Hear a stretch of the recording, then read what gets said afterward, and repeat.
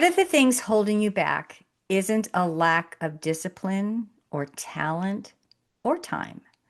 What if it's something hidden? A wound so deep, so old, so quietly woven into who you believe you are that you don't even know it's there? What if the path to sustainable joy and peace isn't another strategy or another goal, but a healing? So, my guest today has built her life and her life's work around exactly that question. And what she's found, backed by research, science, and years of transformative work with her clients, is going to open something in you today. So, stay with me because this one is going to go deep and we're going to have fun. Welcome back, everybody, to Running Strong Mind Body Connection. I'm your host, Karen Bonet-Natraj, your mental fitness and peak performance coach and founder of Mental Fitness Edge. Most of the conversations on the show are about pushing forward, training harder, building resilience, doing things hard. And I love that because that's my world. But today we're going inward. And that's my world too, because of the mind body connection. Because the truth I've learned through years of mental fitness coaching is this: you cannot outrun what you haven't healed. You can build all the habits, all the discipline, all the external structure in the world. And if there are any hidden emotional and spiritual wounds underneath it all, they will quietly limit everything you do. Today's guest knows this better than almost anyone, and I'm super excited to have her join us. Sherris is the author of The Peace of Mind Blueprint and a practitioner of psychospiritual hypnosis, a powerful research backed modality that helps clients heal hidden emotional and spiritual wounds, build empowering new beliefs, and fully step into their greatest gifts. She works with athletes, yay, business leaders, artists, and the most sensitive among us, building them, helping them build lives of sustainable joy and peace and act assertively in who they truly are. I love this. It's going to be so exciting. Sherris, welcome to Running Strong. I have been looking forward to this conversation and reconnecting with you for a while now. Well, so have I. So I am thrilled to be here, Karen. This is going to be so exciting. So before we go anywhere, I want to ask you what I imagine most people might ask when they first hear of what you do. What is psycho-spiritual hypnosis? The reason I call it psychospiritual hypnosis is because we work both with psychological issues and spiritual issues, and a lot of people don't do that. I find that having a spiritual life is a huge asset because it's a resource you can call on. And I like to work with someone where they are in their spiritual life so they can grow it and expand it and create an even greater asset. The psychological part is all the emotional wounding, traumas that you might have experienced. And the spiritual part is all about growing. I love that. I know where you're coming from because I've experienced the same thing. As we learn more about ourselves, there's still so much hidden stuff back there. And Absolutely. I'm diving into even my own practice and teaching with people is it isn't the thought, it's that belief that's way back there It that we're is the really not belief aware that we're not aware of that. So how do you expose those beliefs and help us do we experience them? Do we see them? Become knowledgeable of them, I guess, become aware of them. well, if you want to become aware of your beliefs, watch your thoughts. This takes a lot of awareness, Mm. but if you find yourself saying, I should, there's a belief behind it. Or if you start beating up on yourself for failing at something, there is a belief behind that. And really, it all just comes down to watching what you think because That's you will find them when you look. That's so true. But I think the hardest thing for anybody even starting off is being aware of our thoughts. It's really difficult, but I have to tell you, I have decades of practice at this now because I struggled so much. The reason I do this work is because I was trying to figure out how to heal myself. And this, my whole journey began by me trying to heal myself. And I listened to spiritual teachers, I listened to psychologists, I listened to everything I could get my hands on. I read every book. And eventually I discovered hypnotherapy and I realized, oh my God, this is the holy grail here. Because all of those old beliefs, all of those unresolved traumas, they all live in our subconscious mind. And our conscious mind doesn't have access to that. So they just go on repeating and repeating and repeating and repeating, and you're completely unaware of them. Like I discovered a belief that I'm a failure. Now, I have lots of proof to the fact that I'm not. I Oh, have okay, lots of good. proof, but that didn't impact the belief because the belief was so old. Right. And the belief goes back to like 3, 4, 5 years old. Yeah. And I'm so used to it, I don't even, it was just there. Yeah. And how I teach, and from my understanding too, it becomes a habit. Yes. It Well, becomes an unconscious habit. you start with the belief and Yep. you think that the belief about that thought 10 million times, Yep. at which point your brain goes, oh, this is a habit, and it makes a neural pathway Right. that supports it. Exactly. As I was going to add, is it just keeps exactly. It keeps repeat. You, as the more you repeat it, the more it gets sound in your system, and the more it becomes that habit, and then it's that unconscious habit. Yes, And how it shows up in our actions is by reacting in life, not yes. responding in life. A response is something you choose. Yes. A reaction is automatic. Yes. It's an automatic habit that we, and I can, let's see, I'll give a scenario in my life because I work with the positive intelligence and the saboteurs. And one of the saboteurs for me is was so ingrained in me that it shows up in my adulthood. And yes, you made a comment. We get these beliefs when we were kids. This belief I created was the belief that the world is unsafe Right.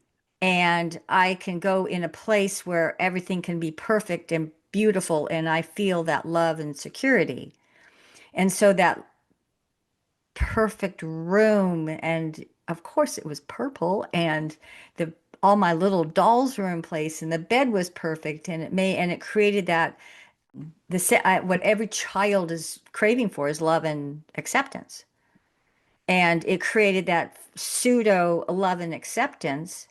And therefore, I related that perfectionism in my adult life to where your actions are threatening me, so I'm going to make everything perfect. And that created the saboteurs that go boom, and we're fighting. But I think it's so interesting that you brought up safety because safety is the absolute bottom line for everyone. Right. No one does anything if they don't feel safe. They just don't. So can I challenge that? And not, I'm going to challenge it in a comment on the fact that, so what we do as a child is we learn these beliefs. And as an adult, we bring it into our life. And so into our life, I have somebody I know that married a woman, a man married a woman. And so then she was horrible. and I knew, and I didn't like her, and I knew that she wasn't good for him, and I knew she was not gonna, it wouldn't be good. Anyway, they married him because they married their mother, in essence. They married those behaviors they were Right. familiar to, which this person was angry, controlling, took everything away from him, took him for his money, everything. Mm. And I made a comment to him. I'm like, you're marrying back into, and it doesn't make sense, but we don't think about these things making sense. We think about them. We are responding on an old belief that this is what life is supposed to be.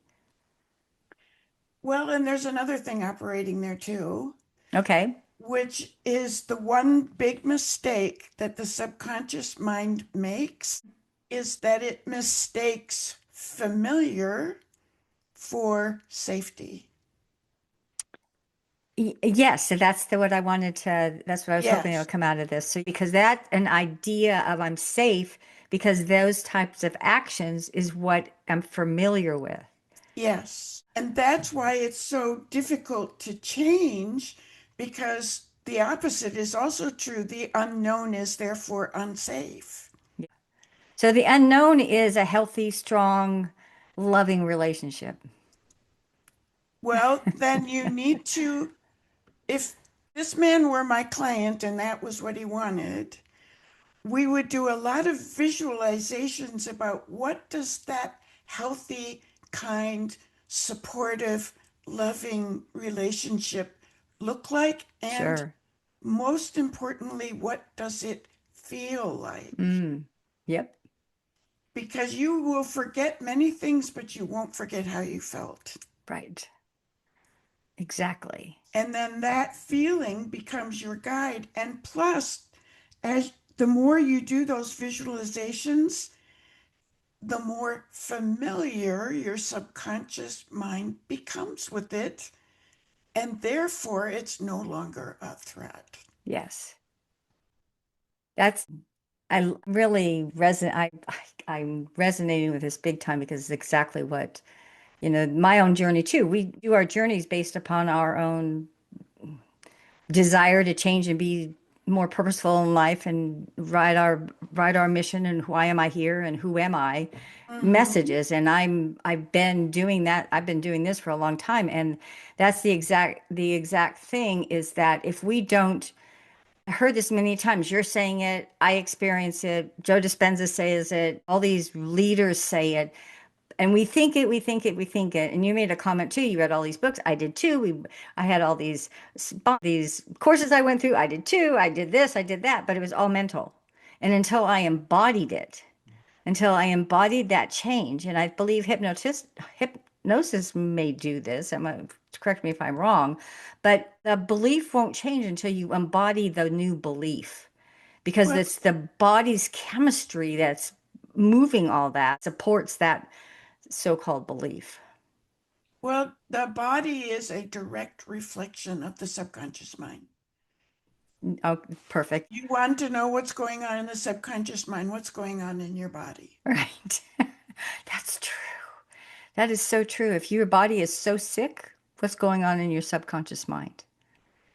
If your body is your internal Jubilant, system, what if you're just joyful and full of energy? Well, your subconscious mind's pretty happy. and I have an email going out. It's going to go out Monday, and this month is Gemini month, and I'm just connected with the energy of the universe. I'm just so full of energy, and it excites me, it thrills me, it puts me in this really high vibrational state. And the thing that got me was I remembered this when I was like 5 years old. I was the same way. I didn't know, understand why, but I did. Oh, I knew. I just thought, well, it's the weather, it's this, it's my birthday, blah. But that's not true, too. It's also the universe's energy that's feeding me. We are, mm, I'm trying to find the right word. We are the vehicle through which the energy gets expressed. And there are Oh, other vehicles, there's nature, there's a lot of other vehicles. But the way I feel it is, we are the vehicle through which that energy expresses. nice. That's beautiful. And I always tell clients, uh, this is a very collaborative thing we're doing here. I'm not healing you. I can't heal you. I can create the environment where you can heal yourself. I love you said that. I love you said that because there's so many people who go to these people, will you fix me? Will you fix me? Will you heal me? Will you make me different?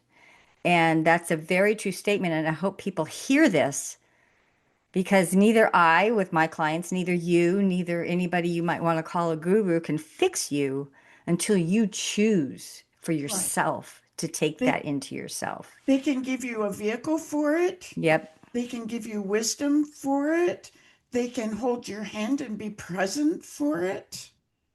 There's a lot that we can do as guides, sure. but and I don't feel there are times when words come out of my mouth and I thought, did I know that? Of course you did. But it this is what I this is we are the expressions of the universe. And it's really important to me that people understand this because it helps them take responsibility for healing their wounds. And if you believe or think you don't have wounds, you do, I've never met a person without wounds. right? Because you all have an inner critic. You all have sabotaging actions that create that fear-based results. If you feel your body all day long, what is it feeling? Is it feeling in that state of overwhelm, pressure, frustration, anxiety? Or is it in that peace and flow of the moment? Because if it is, then you're in the flow of the moment. But we don't live, we live a fear-based world because there's so much stress out there, we take all that in. Not only do I agree 1,000%, not only do we live in a fear-based world, we live in a world where there are thousands of things trying to get our attention all the Oh, time. yes. All the time. Yes. And so we end up, I don't know about you, but I end up feeling harassed because it's like, okay, I just need everything to stop for a moment. And remember, I'm a human being here. It can, it's really gone up as the digital world has exploded. You're right. That's so true. And where it becomes such a new habit. And I looked over to the left here because I had a shadow walking by. I have a deer in my front yard. That distracted me. So we become distracted. We're not necessarily always in the present moment. And when we're Right. in the present moment, you should be able to be in the present moment brings you in your body because that's all you have. The present It, moment doesn't bring me in that deer unless I was meditating on that deer or these two cats sitting at my desk. That thank God they're sleeping because if not, they'd be walking across this. That it's being in the present yeah, moment. And yeah. there's one thing I teach my clients that we have with us all day long, it never leaves us, is our breath. Is our breath. And how are you breathing? I always start my sessions with hypnosis, part of the session with deep breathing, extended exhales, just paying attention to the breath. Paying attention to the breath. So early on, I mentioned you work with athletes, and now we're talking about breathing. So can you, in your hypnosis, what can you share with us? About Because working with athletes, I'm an athlete, and a lot of people who right? listen to this. Well, this lands in, I have categories of things. This lands in what I call the performance category because Yep, every athlete that I've ever dealt with was at point A and wanted to perform at point B. And most of the athletes I've dealt with were really good at point A. They were in an enviable position. They were doing really well, but they knew they could be at point B. They just didn't know how to get there. And so it's the same process I do with everybody else. Basically, first we find out, okay, what's keeping you from doing that? Is there a hidden belief somewhere? Is there a wound that says you're not allowed to? Is there a voice in your head telling you you're no good? Any of those things that we carry around. And if there isn't, there usually is, but if there isn't, what we do is we get really specific, really specific. What exactly is it that I want? Like I worked with a tennis player who was a very talented athlete. He was playing tennis in college and hoped to go pro. And he had a vision in his mind of what he could do, but he just didn't do it. So we wrote that vision down. And then I had a whole lot of other information that I added to it, but basically he allowed himself to go into hypnosis because going into hypnosis is a process of allowing. It doesn't happen if you don't want it to happen. So he allowed himself to go into hypnosis. And then I basically walked him through that entire vision, step by step, what his body was doing, what his mind was doing, every single step while he was in hypnosis. So we were training his subconscious mind. True. Cool. We were showing his subconscious mind, this is what I want. And we did that from a couple of different angles. So we did it over 3 sessions, just approaching it in different ways. And he would always come out and he would say, but my muscles were firing. Because when you're in hypnosis, it's like being asleep. There's a chemical that keeps you from moving a lot Uh-huh. in your brain. But he said all his arms, his legs, his gut, everything was firing as I was describing his vision. Did you And see him move at all? Did I did occasionally see a little jump or a twitch but to me it didn't mean anything. Okay. But to him, he experienced that as if he was doing it wide awake Nice. in his body. And the more times, and I record all my hypnosis so that you can listen to it again and again. And the more times you do that, the subconscious mind gets the message, oh, all right, we're going to do this. And it's familiar. Right. And That's I also dealt with skaters and wow. swimmers. How about runners? I haven't had any runners yet, but I'm open. I'm open. When we talked earlier, you shared a process with me that do you remember that we can share with the listeners here that we can I do on think our we were own? talking about self-hypnosis. I think so.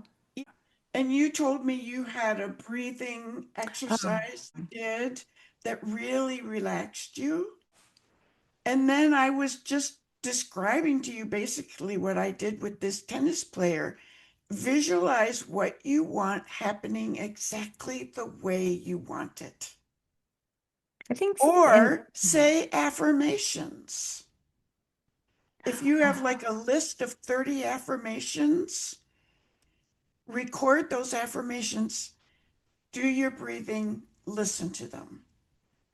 that's what you told me. I think I wrote down like 80 affirmations. Did you record them? Not yet. It's really wonderful when they're in your voice. Yes, I remember you telling me that too. And it's so, for me, I'm so curious about really what's blocking me in few areas of my life. What is that hidden message that's back there that I don't know yet? So, And sometimes it takes a while to find them. Let's face it, you and I have been on this path for a lifetime, and right. we're still finding things. So I don't think the learning ever stops. I don't think so either. Can you talk about your book a little bit and what is Oh, involved in that? And we can post that on the show notes as well. oh, wonderful. Well, the Peace of Mind Blueprint was really a work of love. I wanted to demystify the work because it's not very mysterious at all. When you go into hypnosis, all you do is change your brainwave state, which we do all day long. We're just not aware of it. Right. And Expand our world on the brain wave states. I oh, know it there, but I want you to mention them for okay. the Well, right now listeners. you and I are in a beta brainwave because Right. we are in our conscious mind. As we relax, our brainwaves get longer and slower. We pass through an alpha brainwave, which is the bridge between conscious and subconscious. And an example of an alpha brainwave is you're working on something you really love and you lose track of time. That's an alpha brainwave. Or for me, every time I take a long hot shower, I'm instantly in an alpha brainwave because in my world, showers are therapy. And I just let the warm water run over me and I totally relax and my mind starts to drift. And all of a sudden, I get a message from my subconscious mind that says, oh, here's your answer to that problem you were thinking about. Because in the alpha brainwave, both your conscious mind and your subconscious mind can be active. So I know I get that with running. I Well, know explain I that. left, and this is even before I got into all this deeper coaching I do working. It's like I remember being stressed at work with my employee, and we couldn't figure this problem out. And I looked at her and I said, I'm going to go run. I'll be back with the answer. Yes, And I did. And I do that as well here. Sometimes I get so caught up in maybe an email or what I'm trying to do, and I just go run and I get the answers. I was working on like my own mission statement. And it was like this big long thing. I'm like, no, I just want like one sentence, one short sentence that resonates all those words. And I'm not the word person because I'm the math person and I'd rather do math than words. But I got it running. yes, I had the three words that I wanted in there, and it was like, now you need to, what were they, Karen? I need to remember them. But if you do that, you will remember them because it's there. And I came yes. back home and then wrote it down, and it was just, I love that. So I know I get a lot of that in running. And it's always surprising that the alpha wave is called the birthplace of the eureka moment. Oh, that's it. Oh, okay, that's it. Yes. And then after the alpha wave, there is a theta wave, which is completely in your subconscious mind. And that's where all hypnosis work is really done. Although most people float between alpha and theta in hypnosis so that their consciousness is at different levels. But in theta, that's your powerhouse. That's your memories. That's your gifts. That's every belief you've ever had. That's everything.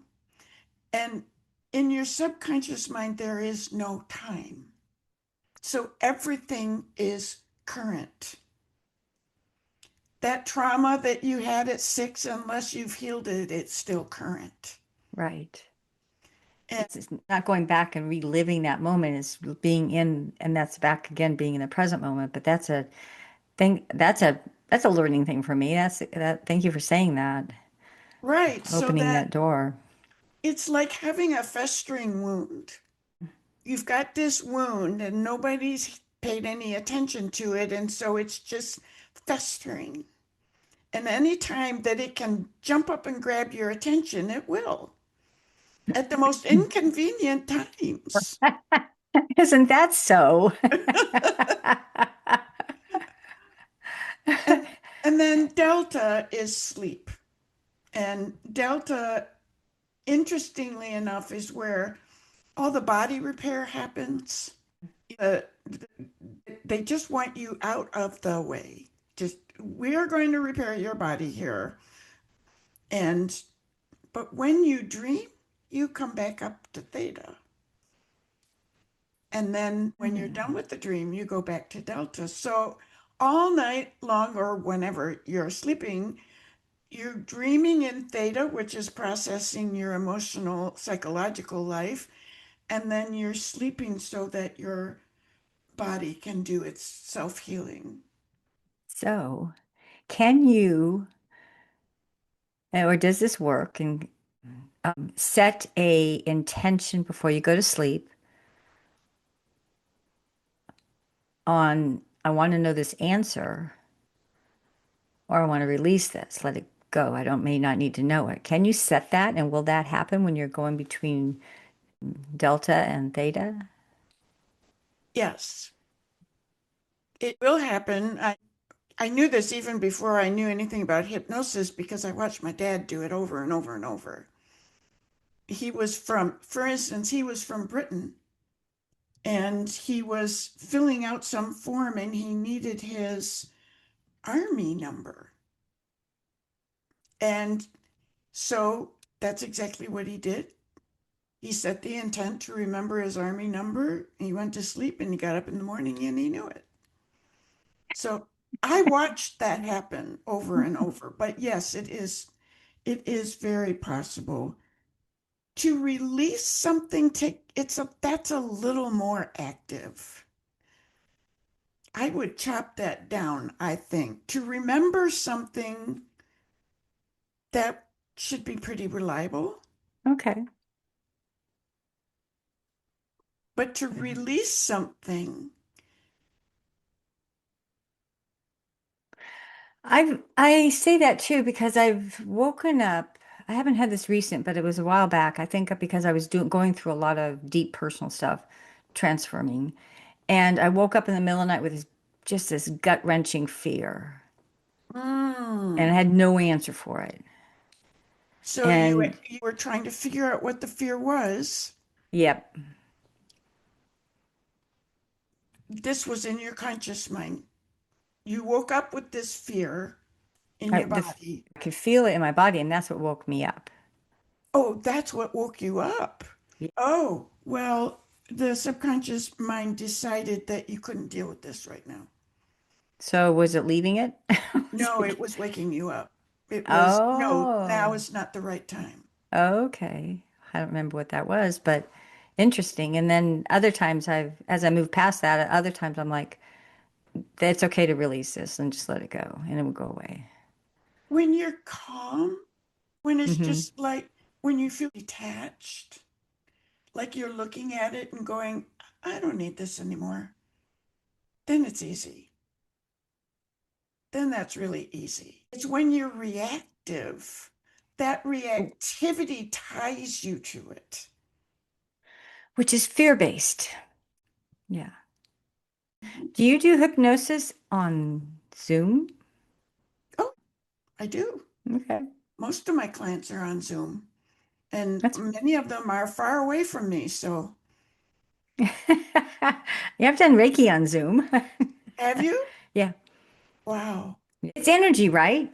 It's energy. It's energy. And I've done Reiki without even the person being there, but having their consent and telling them within, I'll be in doing this within this hour, and then check in with them a couple hours later and see what happened. And everybody's felt something It's amazing. because it's energy. And I've felt that healing and I felt that movement of energy. It's fascinating. I have the first and second level of Reiki and never progressed to the third one, but I love it. I do too. I have progressed. I'm the third level Reiki, and I'm going to repeat that just to get back that. But I've had the three attunements, and I haven't practiced it. But what you don't need to, because I did a Reiki session on a friend of mine a few months back, and I'm like, well, I don't have my this and that. But I had sage. I always sage the area and set the intention there. I don't have to because it's always there. And then one of my hands, you could just feel it. And so I just did it. And actually, the experience they had was a complete non-aching back. So Oh, well, what a gift. I know. What a gift. So I'm like, well, actually, yeah, I need to do that more often. So Well, what in would, hypnosis, we're not doing back energy work. right, I'm guiding you, right, but you are doing all the work. right. So it's not quite like Reiki, but what is like that Reiki is trust. Yes. Only works when there is trust. When there's trust and you accept it, Yes. you have to be in the receivership of that which you want. And Yeah. I can help people get into that place. Yes. Because Well, I know a lot of people, including myself, formerly, I'm better now, who really are not good at receiving right. Because we have to be in controlling and or it giving. or giving because I can't receive because we have that limiting belief. We have that, Well, if you grow up at understanding that when I'm giving to people, everybody's happy, and that makes me happy, oh, there's a pleaser, right? Then you develop that belief. People are happy when I'm giving. right? And then how do you receive? Exactly. So what did you do to learn that it's okay to receive? Well, I started out very simply. If somebody gave me a compliment, I'd put my hands on my heart center and say, thank you, I received that. So I started out with the conscious mind. I am consciously, gratefully receiving this. And I worked at silencing the part of me that said that was bad. Because there was part of me that wanted to jump in with a baseball bat and beat me over the head and say, you're not supposed to do that. And so I gave that part another job Oh, yay. Good for you. because all our parts are trying to help us, right? They just start using old information. Right. So I gave her another job to help me train my dog. And did it work? Did work. Nice. Now I still fall off this wagon. I'm not going to tell you receiving is easy for Right. me. Right. Still fall off that wagon. I'm aware of it. Right. And you're better for it. And that's something that's well said too, because we always have the inner critic and we think we do all this work on ourselves, but it's still going to be there because that's part of like who we are. But it's how aware are you of it? And what choice are you going to make at this moment? And this stickler, I had to go through, it took me a year, over a year to finally get rid of that. And I actually felt that shift in my subconscious brain. I felt it when Wow. this analogy came, and it now a pleasant, is a pleasant perfectionism because we have the two houses, and I'm very adamant about having each house clean before we leave because I can come home to a clean house. Well, but Right. it's not in a fear-based, it's not in fear-based energy. Right. It's in that sage, it's in that peace and calm of doing something productive and worthwhile to the whole family, two cats and a husband. Because when they come home to the next house, their cat box has to be clean so they can use it when they get there. This and this. Oh, Sherry's, It's this is, interesting. oh, thank you. The thing about the self-critic that we don't understand is that it is trying to help us. Right. It developed really young. Yep. We were less than 5 when that developed. I could say three, maybe even Yes. before that. I could say three. I know that my sister was born, she's February, March, April, May, June, 16 months younger than me. So I'm not very old. But then there's messages brought by my parents that maybe I don't really remember that are sitting there at that time. And so I was abandoned Hmm. because they went to the hospital to have a baby. Oh, right. So we get that message we're abandoned. We're just in this world of I want to feel safe. And who took care of me? Probably my Nana, but still. And life is good, you guys. Life is really good. It's listening to our inner critics, it's listening to what's sabotaging us. And Sherris, what would you leave our guests? What would be a great nugget you could leave our guests? Your subconscious mind is your friend. The number one imperative of the subconscious mind is to keep you alive. Number one, it will do anything to keep you alive. And number two is to protect you. So if you find yourself in a position where you think, okay, I've got some old beliefs that are really getting in the way, the reason they're still there is because the subconscious mind believes they protect you. Hmm. And it needs to know that circumstances are different now. Yes. Well said. Well said. Do you have a free gift? Do you have, maybe you can, I'll give your email if people want to get in touch with you, and then I'll post your book on the show notes. Well, they can go to my website, which is sherris.love, Nice. and you can go down to the bottom of the homepage, and there's a free recording there on self-compassion. Beautiful. And I do not know anybody in the whole world who cannot use more self-compassion. Yes. And it's only, I think it's 12 minutes. So it's Perfect. not excessively long, and you'll feel better when you listen to it. I love that. And when you come to get that, you'll automatically get signed up for my newsletter, which comes out on Sundays, Every Sunday?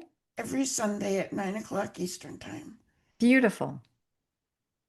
Thank you so much. Sherris, thank you so much for sharing your knowledge, sharing your passion, sharing yourself with us at Running Strong Mind Body Connection. Oh my God, this has been such a pleasure. I'm so glad to meet you, Karen, and to do this. I You're a new friend. know. Of course.